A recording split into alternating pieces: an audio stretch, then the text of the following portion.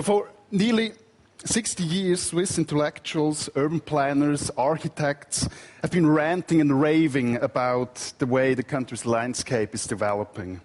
What they detested was this: sprawl, the spreading of a city outwards to the outskirts and into the suburbs, like here we see outside in Oerlikon, with low density.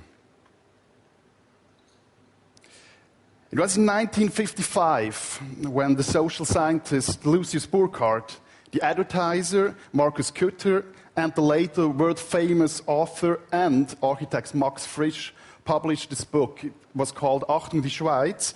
And until now, it's one of the most important books ever published about urban planning and sprawl and this question. Because then, in these days, 1955, they complained about the pelt of small houses that overlays the country, and they wrote things like this: year after year, millions and millions of francs are put into building projects for a ridiculous Switzerland, for a Switzerland with the blind hustle and bustle of simpletons. Back in the days when these lines were written, Switzerland looked like this. But these three guys, they dreamt about something else. They dreamt about a modern city built from scratch, planned top down. They wrote that planning gives us freedom. For them, sprawl was bondage, slavery. Suburban living was something immoral. So here you have a look at the city they dreamt of.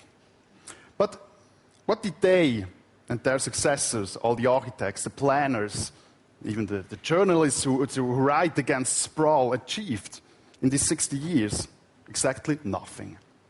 Because nowadays Switzerland looks like this, or like this, or like this, or like this, if you go a little bit nearer on, or like this.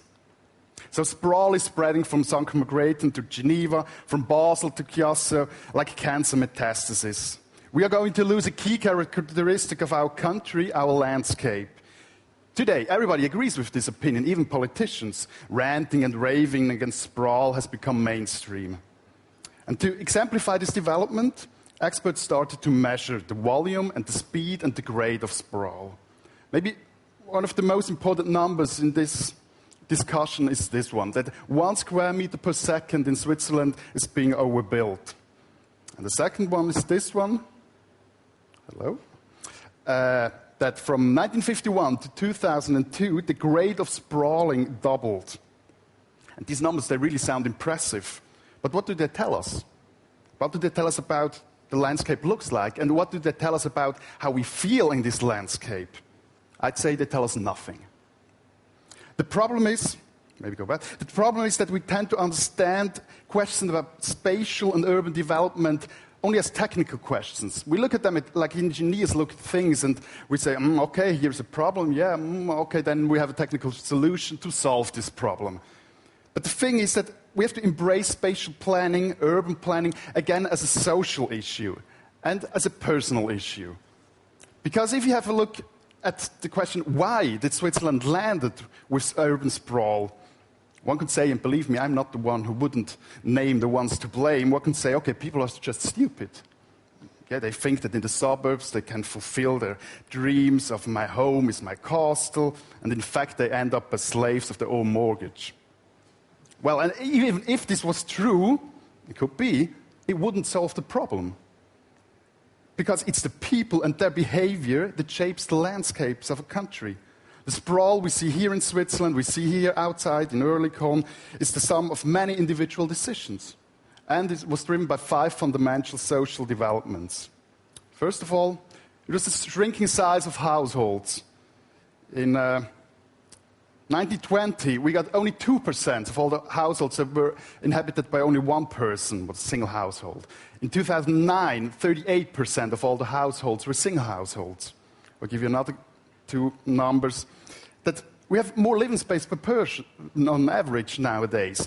In 1980, we had 34 square meters. In the year 2000, this is the newest number, we got 44 square meters.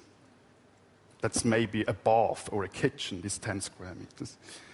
And why was this? Because the increasing wealth in this country. People get richer and richer. It was a trend of reurbanization. People wanted to live again in the city. Still in the 90s, at the beginning of the 90s, nobody, for example, wanted to live in Zurich because they talked about the Needle Park behind the Landesmuseum, later on the Latin. There were all these problems. But so suddenly people wanted to live again in the city with tax benefits, not in the city itself, but in the outskirts. People pay less taxes in places like Zumikon, Küsnacht, Stäfa, etc. And maybe one of the most important social changes we came across during this 20 or 40 years was commuting, like living in one place and working in another place.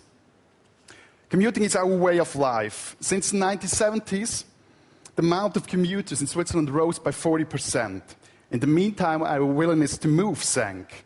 The ETH of Zurich asked about 1,000 people in Zurich where they moved, and so 60% only moved about at most 5 kilometers, and another 13% at most 10 kilometers.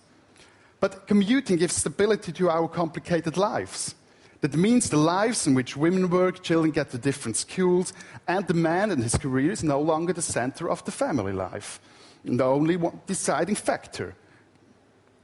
But it generates sprawl commuting.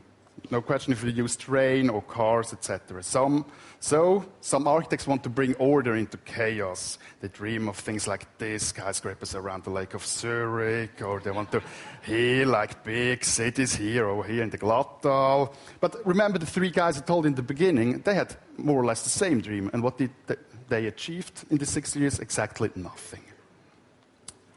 So what do we have to have in mind? That first of all, our country is rich. We are consumers. We can buy houses everywhere, more or less, we want. Our country is full of lawyers. So if one builds a house next to mine, I will go to court and I will appeal. And we have a direct democracy, and we have an organization that is federalistic. So we can vote not only for our politicians, we go to the ballots for every infrastructure project, every zoning plan, and every housing law.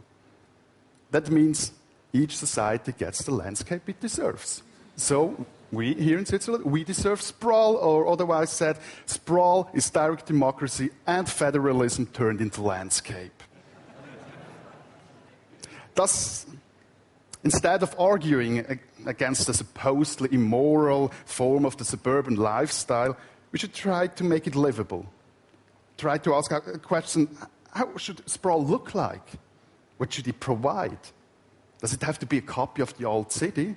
And speaking of the old city, I mean, we can forget them. Really, their problems are solved. We can leave them to the event managers. And instead of wasting our energy with lobbies and micromanagements, let's go out to the suburbs. The periphery is the new center here in Switzerland. And it's no longer a place only for waste incinerators, for sewage plants.